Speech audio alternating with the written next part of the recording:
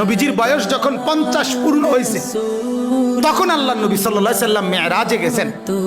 মেরাজে আল্লাহ তাআলা নবীজি সাল্লাল্লাহু আলাইহি সাল্লামকে আরশে আজিমের উপরে দাঁড় করাইছেন, এমন জায়গায় যেই জায়গার উপরে আর কোনো সৃষ্টি নাই, আর কোনো মাখলুক নাই। সবকিছু নবী পাকের কদম মোবারকের নিচে, উপরে শুধু একজনই আছে নবীজির উপরে, তিনি আল্লাহ। তিনি কে? শুধু আল্লাহ, শুধু আল্লাহ, শুধু রব্বুল আলামিন। ওইখানে দাঁড় করাইয়া আল্লাহ তাআলা নবীকে বলছে মেরাজের রাতে একেবারে আরশে আজিমের উপরে দাঁড় করিয়ে, বন্ধু আপনি কি মনে আছে সেই কথা?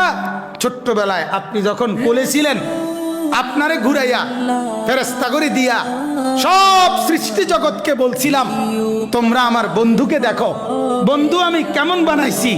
ওরা সবাই তোমারে আপনারে সেদিন ছোট্টবেলায় কোলে দেখছে। আজকে আপনাকে আমি আরশে আজিমে উঠাইয়া এবার এখানে দাঁড় করাইলাম। এবার আপনি দুই নয়নে আপনি বন্ধু দেখেন আমার সৃষ্টি আমি কেমন বানাইলাম।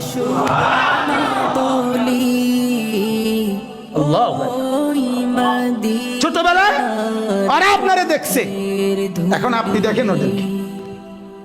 দেখেন আমার পাহাড় কেমন, আমার নদী কেমন, আমার সাগর কেমন, আমার আসমান কেমন, আমার জমিন কেমন, আমার জান্নাত কেমন, আমার জাহান্নাম কেমন, আমার কায়নাত কেমন, আমার ফেরেশতাগুলো কেমন, আমার মখলুকাত কোনটা কেমন। দেখেন আপনি একটা একটা করে দেখেন, সবটা দেখেন। আপনাকে এত উপরে তুলে আনছি, সব আপনার নিচে, আপনি তাকাইলে সব দেখতে পাবেন। সুবহানাল্লাহ।